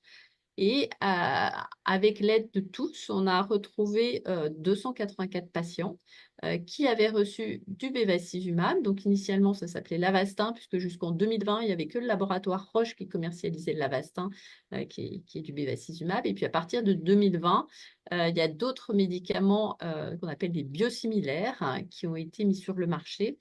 Et aujourd'hui, l'Avastin est plus très utilisé puisque les biosimilaires sont apparus et sont nombreux. Et depuis 2020, on a d'autres médicaments utilisés. Donc c'est pour ça qu'aujourd'hui, il vaut mieux parler de bevacizumab, qui est le nom de la molécule, plutôt que d'Avastin, qui est le nom de la même molécule, mais commercialisée par Roche. Aujourd'hui, voilà, on préfère parler de bevacizumab, mais c'est la même molécule. Donc, 284 patients ont été identifiés et on a repris ces données. Donc, depuis 2009, date de la première utilisation du bevacizumab intraveineux dans la maladie de Rendieuser. Et pour cette étude, on s'était arrêté en décembre 2023, mais actuellement, on continue et je pense que l'article qui sera publié, probablement, on ira jusqu'en 2025. Donc, on a essayé de récupérer des données détaillées sur les critères d'efficacité qui nous permettaient d'évaluer l'efficacité de ce traitement. Donc, principalement, au vu des indications, les transfusions de globules rouges, le fer intraveineux, j'ai oublié là, mais il y a aussi les données cardiaques pour les patients qui étaient traités pour une atteinte cardiaque et les effets secondaires. Comme vous le voyez, ça a représenté un travail colossal et donc en 2024, on a une attachée de recherche qui a été vraiment recrutée pour ça, parce qu'il fallait retrouver ces données souvent partielles en France, en travaillant avec les centres de compétences, et elles ont saisi 4860 perfusions de bevacizumab dans la base de données, donc ce qui est vraiment énorme. Plus de 13 000 transfusions de globules rouges. Donc, on a aussi travaillé avec les centres de transfusion français pour être sûr qu'il ne nous manquait pas d'informations. Et à peu près 3 000 perfusions de fer intraveineux qui ont été saisies. Donc, voici le schéma. Donc, les 284 patients. Alors, on a des patients qui n'étaient pas enregistrés et pour lesquels on n'avait pas de données dans la base de données. Donc, 40 patients ont été exclus. Alors, pour le moment, on espère avoir plus d'infos, mais ça, c'est pas sûr. Donc, on était à 244 patients. Ensuite, 34 avaient des données vraiment incomplètes et pour lesquelles on n'a pas pu récupérer ces données. Et donc, on a pu analyser 210 patients qui avaient des données complètes sur le traitement, sur les transfusions de globules rouges et sur les perfusions de fer. Voilà, donc ça, c'est un petit résumé global. Comme vous le voyez ici, on a ça. Voilà, on a séparé les patients en différents groupes. Alors, il va même y en avoir 4 dans la prochaine étude. Un groupe 1 qui concernait les patients traités uniquement pour hémorragie, qu'elle soit nasale ou digestive, donc pour anémie sévère. Un groupe 2 pour les patients qui étaient surtout traités pour hyperdébit cardiaque. Et un groupe 3 pour les patients qui étaient traités pour les deux. Voilà, donc bon, pas de surprise particulière, ça c'est juste un tableau qui résume les données pour les patients. On voit que la plupart des patients avaient des mutations, il y a eu un décalage du gène ACVRL1 ou ALK1, ce qui est logique puisque les patients qui ont un hyperdébit cardiaque ont plus souvent une mutation du gène ACVRL1. Et on voit qu'il y avait un peu plus de femmes aussi dans le groupe hyperdébit cardiaque, ce qui est logique aussi, puisqu'on sait que les femmes sont plus concernées par ces conséquences cardiaques, les atteintes hépatiques. Voilà, donc rien de particulier sur ces caractéristiques. À gauche, alors vous voyez, c'était juste pour vous, c'est plus visuel. On voit là, chaque ligne représente un patient et chaque point représente une perfusion de bevacizumab. Les points verts représentent les injections d'Avastin. Donc, on voit qu'avant 2020, il n'y a que des points verts puisqu'on n'avait que l'Avastin. Et qu'à partir de 2020, l'Avastin est beaucoup moins utilisé. Et on a surtout alors, des points roses, des points bleus, qui sont d'autres biosimilaires. On a quelques autres couleurs. Voilà. Donc, vous voyez que certains patients ont eu beaucoup de perfusions. Alors, au début, comme je vous l'ai rappelé ici, entre 2009 et 2012, le bevacizumab a été administré en intraveineux et on donnait uniquement le schéma de ce qu'on appelle l'induction, c'est-à-dire 6 perfusions espacées de 14 jours, puis après on arrêtait. Donc ça, c'est parce que la première étude avait été faite comme ça, parce qu'on n'avait pas d'informations du tout sur l'efficacité. Et donc, c'est en 2012 qu'on a publié la première étude et que là, on a vu que c'était efficace et qu'il a été proposé de continuer avec un traitement de maintenance, parce que si on arrête le traitement, les patients s'améliorent dans la grande majorité des cas, ce qui est une bonne nouvelle. Par contre, à l'arrêt, il y a une rechute qui est observée avec un délai très variable. Ça peut être quelques mois, voire quelques années après l'arrêt du traitement. Donc, à partir de 2013, des traitements d'entretien ont été prescrits. Et de manière plus récente, parce qu'on s'est aperçu qu'avec les traitements d'entretien, la réponse était variable d'un patient à l'autre. Et depuis 2022, on a la chance d'avoir un laboratoire de pharmacologie en France qui est à Tours, qui est particulièrement expert pour les dosages de bevacizumab.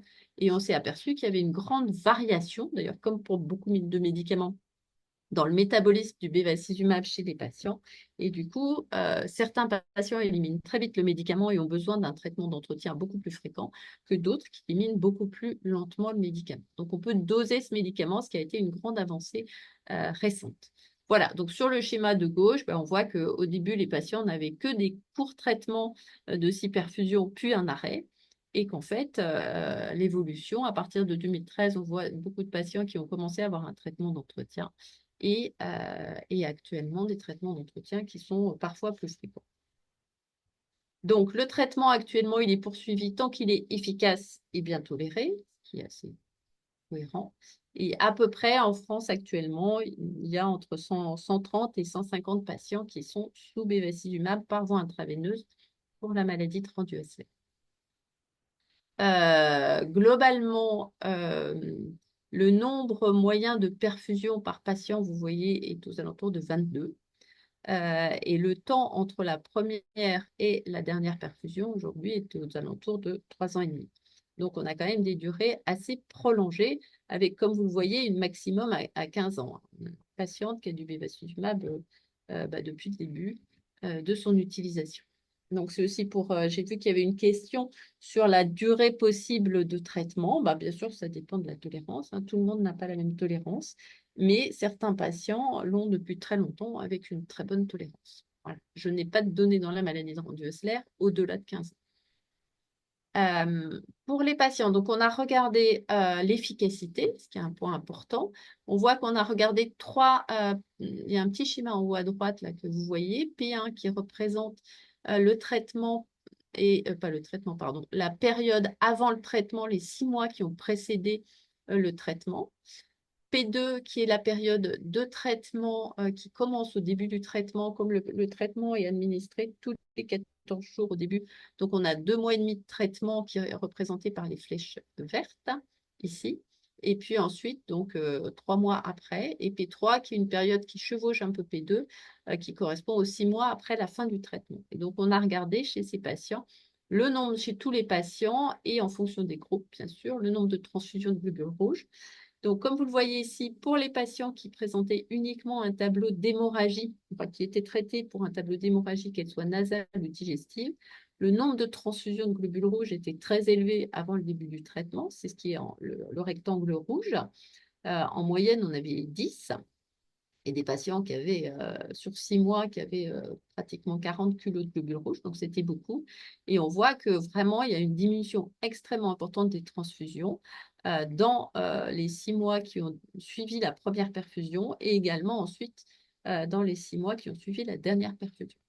Alors, dans le groupe 2, qui correspond aux patients traités pour atteinte cardiaque, bien sûr, les transfusions, il y en avait beaucoup moins, donc ça a moins d'intérêt, puisqu'on a que 7 patients qui avaient des transfusions dans ce groupe. Et dans le groupe 3, qui représente les patients traités pour hémorragie et atteinte cardiaque, là, on voit qu'on a une diminution très nette. Donc, comme on le savait déjà, mais ça confirme le fait que ça permet de diminuer le nombre de transfusions de globules rouges de manière très significative. De la même manière, et ça c'est aussi une bonne nouvelle, ça permet de diminuer de manière très significative le nombre de perfusions intraveineuses de fer. Voilà, parce qu'on aurait pu se dire, bah oui, mais on a peut-être diminué les globules rouges parce qu'en fait, en parallèle, les patients étaient peut-être mieux suivis et on a augmenté les perfusions de fer. Mais ce n'est pas du tout le cas. On a aussi baissé le nombre de transfusions de fer. Donc ça, c'est une bonne nouvelle. Et en parallèle également, l'hémoglobine a significativement vraiment augmenté, puisqu'on voit qu'on est passé d'une moyenne de 90 à 110, enfin un peu plus de 110, et donc une augmentation également très significative de l'hémoglobine. Donc, cette étude confirme vraiment l'intérêt dans ces indications du bevacizumab.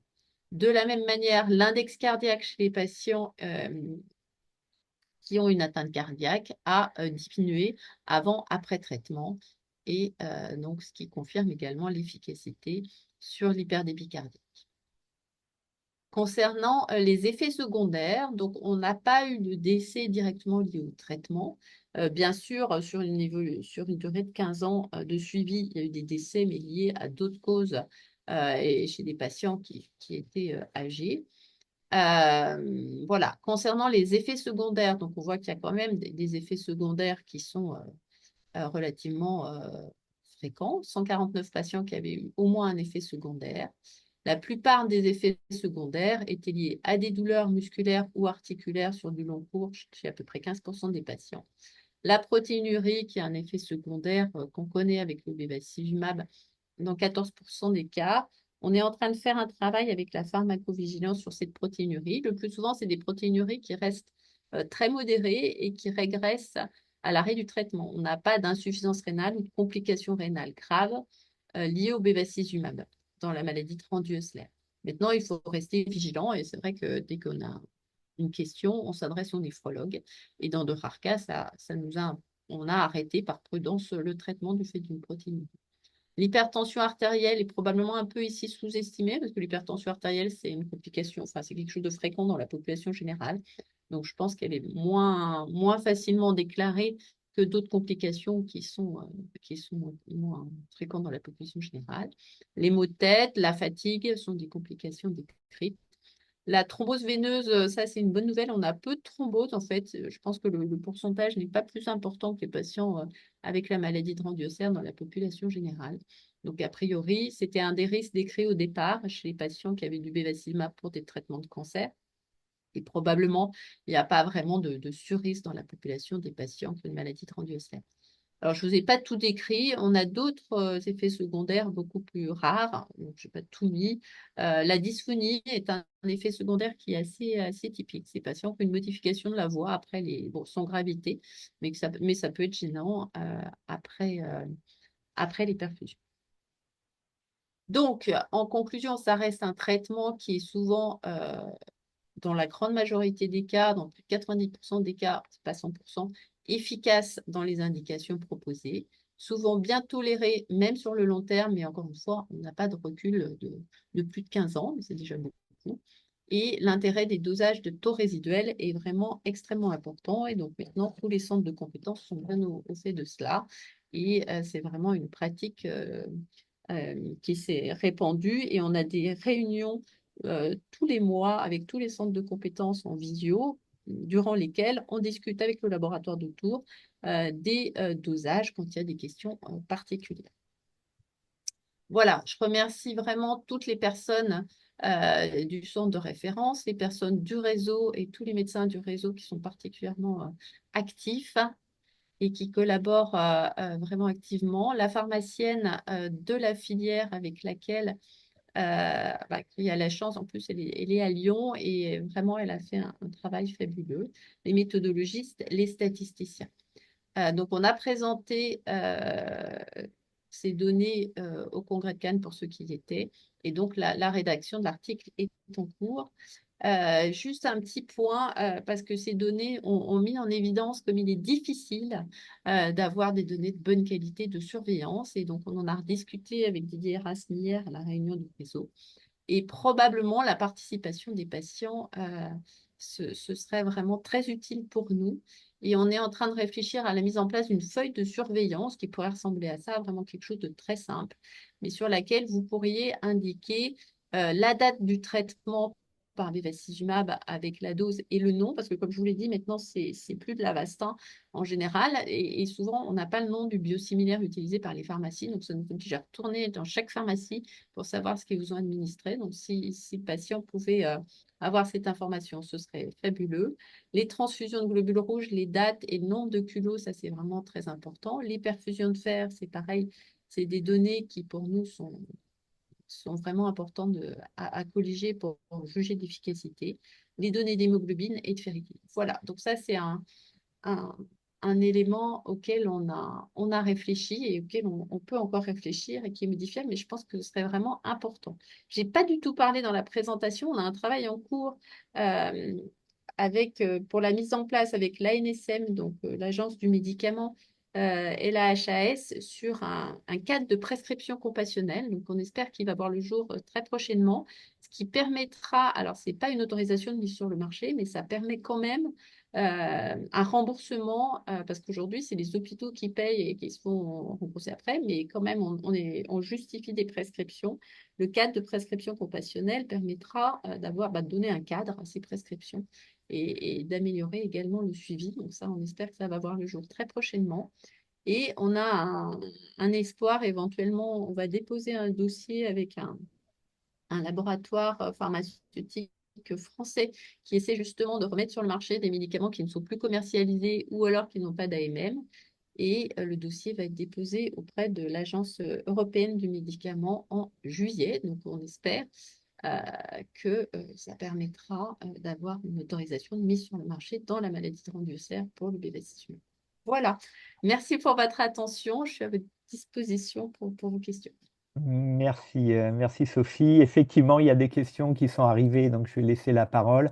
En tout cas, c'est plaisant de voir que bah, les choses progressent et la recherche permet d'avoir des résultats nouveaux et bah, des évolutions sur les traitements. Je crois que les gens, enfin les patients sont vraiment demandeurs de ce genre de choses.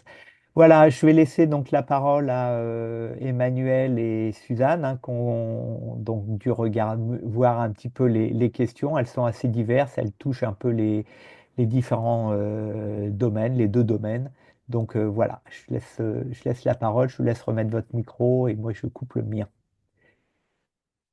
Merci pour ces présentations. Alors, peut-être revenir sur le dernier exposé. C'est vrai que les gens se posent des questions autour de l'Avastin. Est-ce que c'est considéré comme une chimio ou pas?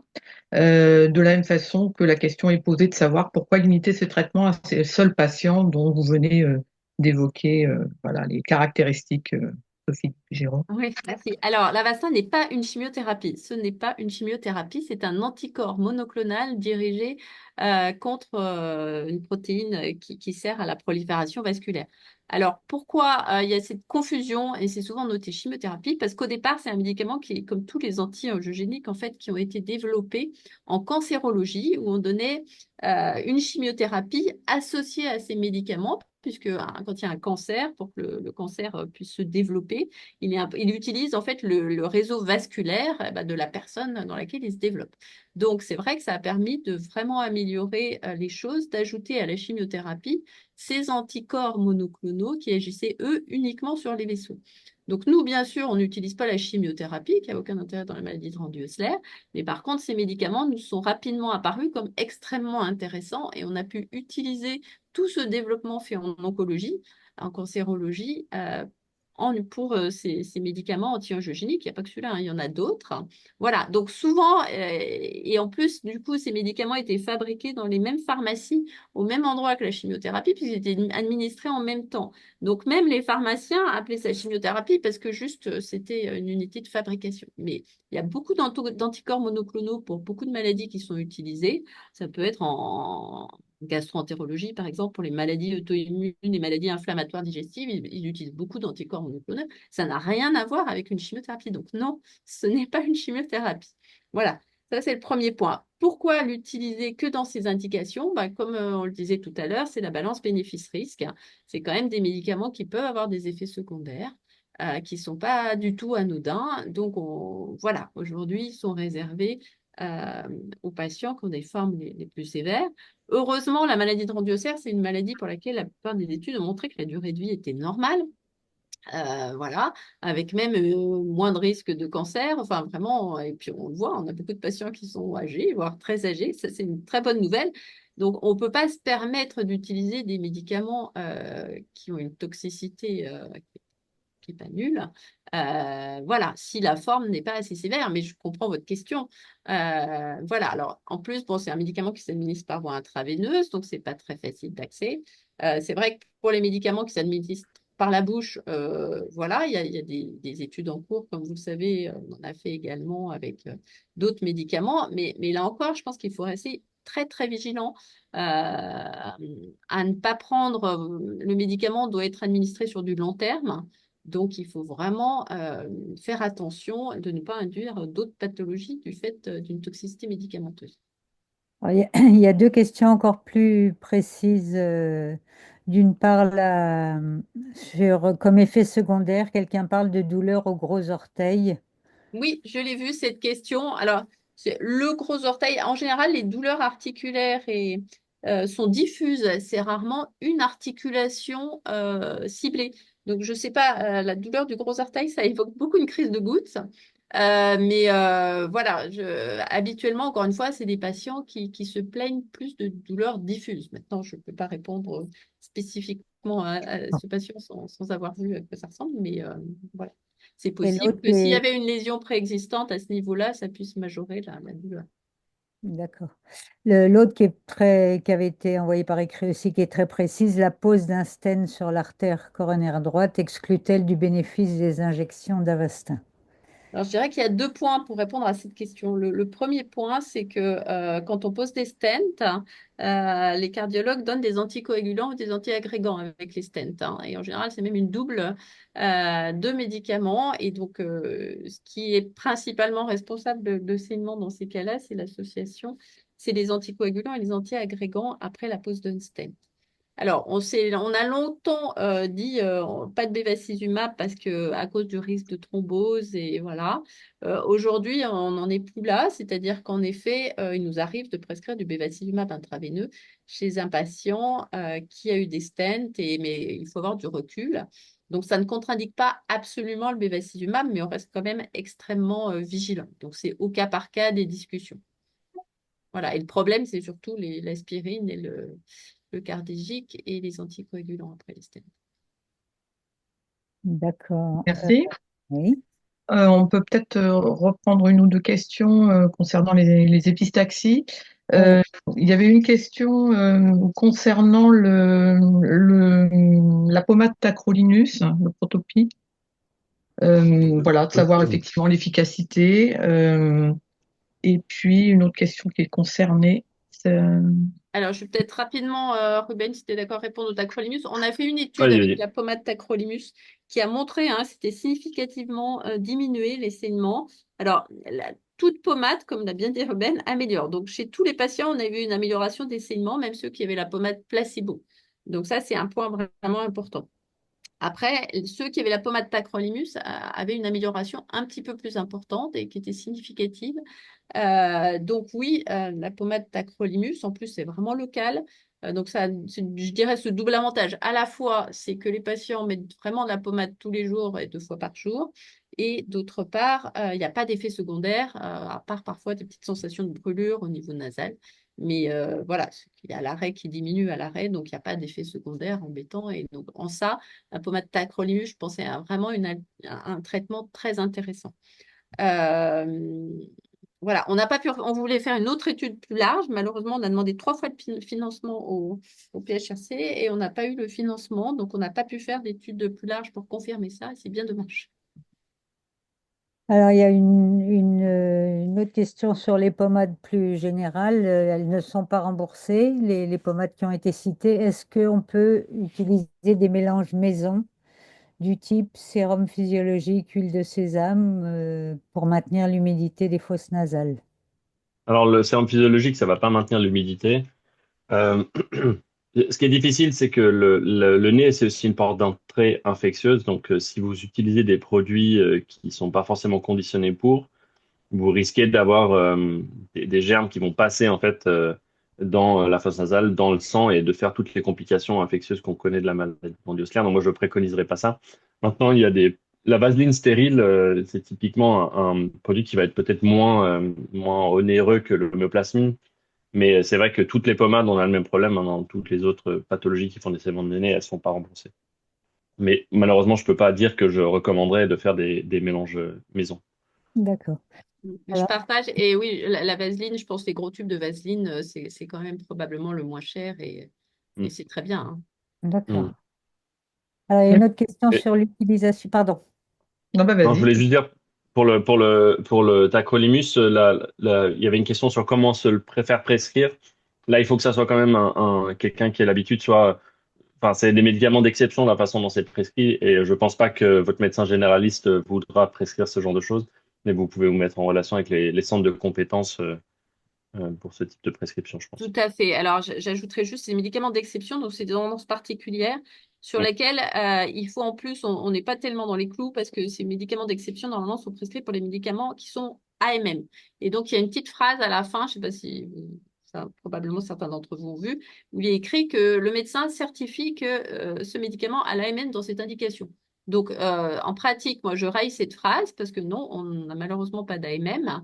Mais voilà, le risque est que la sécurité sociale puisse vous demander de payer puisqu'on est hors AMM, sachant qu'un tube de Protopic, ça doit coûter 30 euros, que ça dure 10 semaines, donc c'est pas un coût majeur. Donc voilà.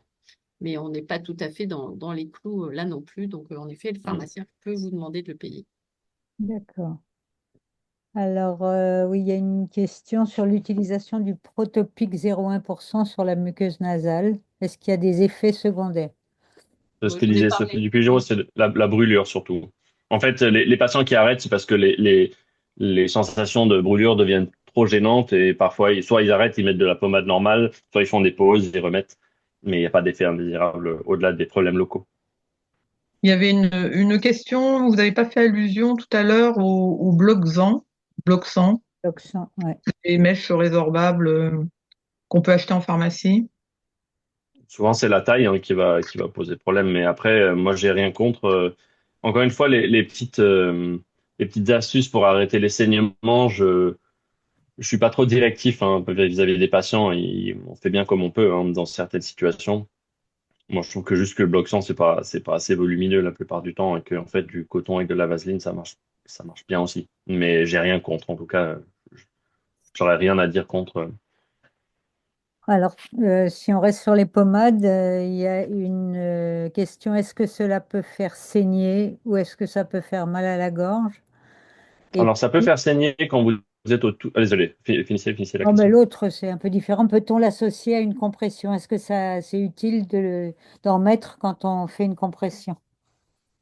Pas forcément, ça va pas faire de mal, hein, mais ça va pas aider à la compression parce que la pommade, elle va pas suffire à ajouter un effet de masse. J'ai vu aussi, il y a une question sur le fait, est-ce qu'il faut être allongé? Non, il faut pas être allongé. Mhm. Euh, dans, j'en ai oublié la première Il y question que avait, vous est-ce m'avez que ça peut posée. faire saigner ou est-ce que ça peut faire mal à la gorge? Ça fait saigner au tout début. C'est-à-dire les patients qui se mettent à la pommade, l'application, elle va ramollir les croûtes, les faire tomber et ça va vous faire saigner peut-être même un peu plus au tout début, les premières semaines. Mais je vous assure que le jeu en vaut largement la chandelle. Enfin, ça vaut le coup de le faire parce que au bout de quelques semaines, vous allez voir que vous allez saigner beaucoup moins, vous respirerez mieux, ce sera plus agréable. Mais mal à la gorge, non. Après, c'est pas les quantités non plus astronomiques qu'on met, hein. Je vous dis, c'est deux petites noisettes, une de chaque côté. Voilà. D'accord. Alors, il y a une autre question enfin, par rapport à la compression. Quand l'épistaxis est postérieure, la compression est inopérante. Donc, qu'est-ce qu'il faut faire ou qu'est-ce qu'on peut Donc faire? là, c'est les indications où nous, enfin, je peux que vous parler de ce que moi je fais. Je pense que ça vaut le coup d'être évalué par un ORL. Il y a certains cas où vous avez des télangiectasies uniques, très volumineuses, qui sont assez faciles d'accès et qui vont pouvoir être traitées par du laser, de la sclérothérapie, ce que vous voulez. Mais ça va être des cas où justement on sait que la compression n'est pas suffisante, le patient a une anémie courante, voilà. Donc là, en effet, si vous êtes dans la situation où une compression ne marche pas, c'est que les télangiectasies qui posent problème sont plus en arrière. Dans quel cas, je dirais, il faut vous faire évaluer par un ORL. D'accord. Et puis, il y a une remarque aussi sur le fait que les ballonnets peuvent être très douloureux. Est-ce qu'il Ah peut y oui. avoir une anesthésie locale ou quelque Oui, chose on peut. d'anesthésie? Oui. Donc après, vous avez vu la vidéo que je vous ai montrée. Ces ballonnets-là, ils sont pas particulièrement douloureux. Ils sont plus petits, mais c'est sûr que pour ceux d'entre vous qui ont déjà eu des sondes à double ballonnet, ça c'est vraiment, c'est très douloureux. On fait généralement une prémédication et une anesthésie locale dans ces situations-là. Après, parfois, on peut faire des méchages préliminaires avec des tissus qui sont imbibés de vasoconstricteurs et d'anesthésiants, ce qui facilite après le geste qui viendra derrière. Mais ça devient des gestes médicaux, hein, c'est difficile à faire soi-même. D'accord. Et il y a une autre question, c'est que faire quand le nez continue à suinter après l'arrêt de l'épistaxis? Alors ça, c'est souvent parce qu'il reste des caillots en fait au niveau des fosses nasales. Dans quel cas, c'est toujours difficile. Moi, je conseillerais des lavages de nez, mais c'est sûr en enlevant les caillots, vous allez peut-être ressaigner. Souvent, ouais, ces saignements à bas bruit, un peu le fait que ça coule, ça peut être très désagréable, hein, d'ailleurs. J'ai vu qu'il y avait aussi beaucoup de questions par rapport au travail, hein. C'est toujours des situations qui sont délicates. Mm. Il n'y a pas de solution miracle, mais souvent c'est juste qu'un caillot quelque part qui se délite progressivement et il n'y a pas forcément besoin d'activement comprimer. D'accord. Il y a encore une question sur la protection de l'air froid en hiver. Est-ce que mettre un coton, ça peut aider? Alors, ce qui est le plus efficace, le plus radical, c'est de ne pas respirer par le nez. Mais il y a un coût à ça. Mais si vous ne respirez pas par le nez, vous n'avez pas de saignement. Donc, si vous mettez des cotons au niveau de votre nez avec, encore une fois, juste à la partie antérieure ou, bon, peut-être pas une pince à linge, mais du scotch ou ce que vous voulez, vous n'allez pas saigner. Après, le coton en soi, il va pas ni humidifier ni réchauffer, c'est inerte, hein. Donc, si c'est du coton, mais que ça passe à travers, c'est des cotons et vous respirez à travers le coton, ça va pas forcément marcher. Je sais qu'il y a des patients qui mettent parfois un masque, parce que le masque, en fait que devant la bouche et devant le nez, l'environnement est plus chaud et plus humide. Ça fait une sorte d'antichambre, entre guillemets, pour ce que vous allez inspirer. Ok. D'accord. Emmanuel, tu en as... Écoute, je pense que là, on a fait le tour des questions. J'ai vu une question sur le fer, alors je me permets de Ah répondre. oui, Le fer intraveineux, en effet, il y a pas mal d'études là qui sortent et on s'en aperçoit parce que la maladie de Rendu-Osser, c'est une des maladies dans lesquelles les patients reçoivent le plus de fer intraveineux. Et on a des patients qui reçoivent des quantités incroyables de fer intraveineux. Et il y a deux formes aujourd'hui qui sont toutes les deux commercialisées par le même laboratoire. C'est une qui s'appelle Venofer, pour lesquelles on donne des plus petites quantités, c'est maximum 300 mg par perfusion et sur 2 heures, donc ils sont plus longs. Et le fer inject qui a été commercialisé plus récemment, qui a l'intérêt de pouvoir être administré en plus grande quantité, 1 gramme, on a jusqu'à 1 gramme, on peut donner, donc 1000 mg, et sur une durée beaucoup plus courte, en une demi-heure. Donc on a été très heureux, alors même si au départ les hôpitaux n'avaient pas le fer inject, on a été très heureux de pouvoir prescrire du fer inject. On s'aperçoit maintenant que le fer inject entraîne des problèmes phosphocalciques en fait, avec aussi parfois des douleurs osseuses et parfois même des fractures. Donc il faut vraiment, pour les patients qui reçoivent du fer inject, être vigilant et bien surveiller le bilan, le calcium, le phosphore, et voilà, et bien surveiller ça parce que les injections répétées peuvent vraiment entraîner des complications osseuses avec des douleurs. Donc voilà, c'était juste pour attirer votre attention là-dessus. Et chez certains patients, on revient au Venofer, euh, qui est quand même mieux toléré. Voilà. Dans tous les cas, si le fer peut être donné par la bouche, c'est l'idéal. Et enrichir l'alimentation en fer, ça j'insiste aussi, c'est un petit moyen aussi, mais c'est vraiment important. Le fer, c'est vraiment la viande rouge. Donc tout ce qui est viande rouge, abats, boudin et certains légumes, et le fer est moins bien absorbé, mais c'est quand même important, comme les lentilles. Et donc ça, c'est vraiment, vraiment important.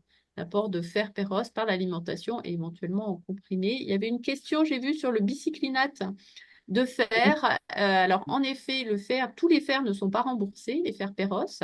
Le tardiféron 80 est remboursé, mais malheureusement, il est souvent mal toléré avec des problèmes digestifs qui fait que les patients arrêtent. Et ça, il ne faut pas arrêter le fer parce que vous avez besoin de plus de fer si vous saignez. Donc, le bicyclinate de fer, ou parfois appelé fer doux, a l'intérêt d'être souvent mieux toléré. Alors, il n'est pas remboursé du tout, mais et il est beaucoup moins dosé, c'est 14 mg par comprimé contre 80 pour le tardiféron 80 ou 50 pour d'autres. Mais l'intérêt, c'est que s'il est mieux toléré, bah, vous pouvez le continuer. Donc oui, vous pouvez prendre cette forme si vous la tolérez mieux. Voilà, donc ça, le fer, j'insiste, c'est vraiment fondamental d'essayer d'éviter le plus possible l'anémie, même si c'est parfois difficile.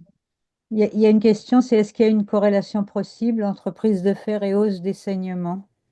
Oui, alors ça a été beaucoup, beaucoup décrit. Claire Chauveline en Angleterre s'est beaucoup penchée sur cette question. Il y a une hypothèse d'une toxicité endothéliale sur les cellules vasculaires justement du fer. Bon, c'est pas confirmé, mais c'est décrit parfois. Alors, pas le fer perros, hein, parce que le fer, de toute façon, on a habituellement, on l'apporte par l'alimentation. Donc, le fer par la bouche, il n'y a pas de risque de surdosage, ce d'autant qu'en général, la quantité absorbée par rapport à la quantité administrée est nettement inférieure. Donc, on absorbe à peu près moins de 30% du fer qu'on prend par la bouche. Pour le fer intraveineux, du coup, ça fait de plus grosses quantités et certains patients vraiment disent qu'ils ont plus de saignements après. Bon, je crois qu'il faut, en effet, si c'est constaté, bah, changer la forme de fer et puis vraiment bien enrichir l'alimentation, essayer de trouver la forme qui correspond le mieux à chacun. Voilà, donc le fer, c'est vraiment important. J'avais Et une question à laquelle je voulais répondre sur, quelqu'un qui témoigne sur son fils de 11 ans qui saigne. oui, Enfin, faire des soins à un adolescent, enfin, je pense on peut, ça va être très compliqué à lui faire mettre la pommade et autre chose. Une chose à garder en tête, c'est que c'est toujours pire pendant l'adolescence, mais chez n'importe qui, hein, c'est des pics de saignement chez les populations générales où il y a beaucoup, beaucoup de saignements, donc il n'y a pas de raison que ça va pas rediminuer après quand l'adolescence sera passée. Et la deuxième chose, c'est qu'il a 11 ans, donc il est peut-être le mieux placé parmi beaucoup de patients dans l'ostéopathe pour voir un jour un traitement avec une efficacité encore plus intéressante, ne sait-on jamais, puisqu'on continue quand même les efforts de recherche et surtout Sophie Dupugiro est le centre de référence. Donc voilà, il y a de l'espoir, il est jeune voilà. c'est gentil. Et peut-être la Merci. dernière question, il y avait sur l'hexacil aussi, dont on n'a pas parlé. J'ai parlé de l'hexacil, si, si. Ah, c'est Ah, l'acide tranexamique. Donc, c'est ah un oui, médicament qui empêche la destruction du caillot et qui a tout à fait sa place dans le traitement. L'avantage, c'est on peut faire des doses un peu progressives, que voilà, il va pas vous guérir de la maladie, mais il y a quand même vraiment des patients chez qui ça a beaucoup changé la quantité enfin, la durée surtout des épistaxis et la façon dont ils arrivent à les gérer. Donc, je pense que c'est un traitement qui peut tout à fait être essayé dans la maladie de Ranvier-Slers. d'accord. Bon, de mon côté, je crois que j'ai Que fini. là, on a fait le tour, hein, et puis Oui. il est l'heure. Mm. Oui, Ok. parfait. Bon, bah, merci beaucoup bah, à l'audience hein, qui était très active dans les questions. Et puis surtout, bien, merci à Sophie et Ruben pour leur présentation. On recommencera. Bon, c'est toujours un peu long à organiser, mais c'est toujours extrêmement intéressant. Donc voilà, c'est une belle expérience. C'est pas la première fois qu'on le fait, mais on n'avait Ouais. plus fait depuis un bon petit moment des webinaires, donc peut-être une bonne raison de recommencer. Voilà, merci à tous. Donc, Merci à vous pour Merci à votre vous. dynamisme et bon week-end. Bon week-end. Merci, Au bon week-end revoir. à tous.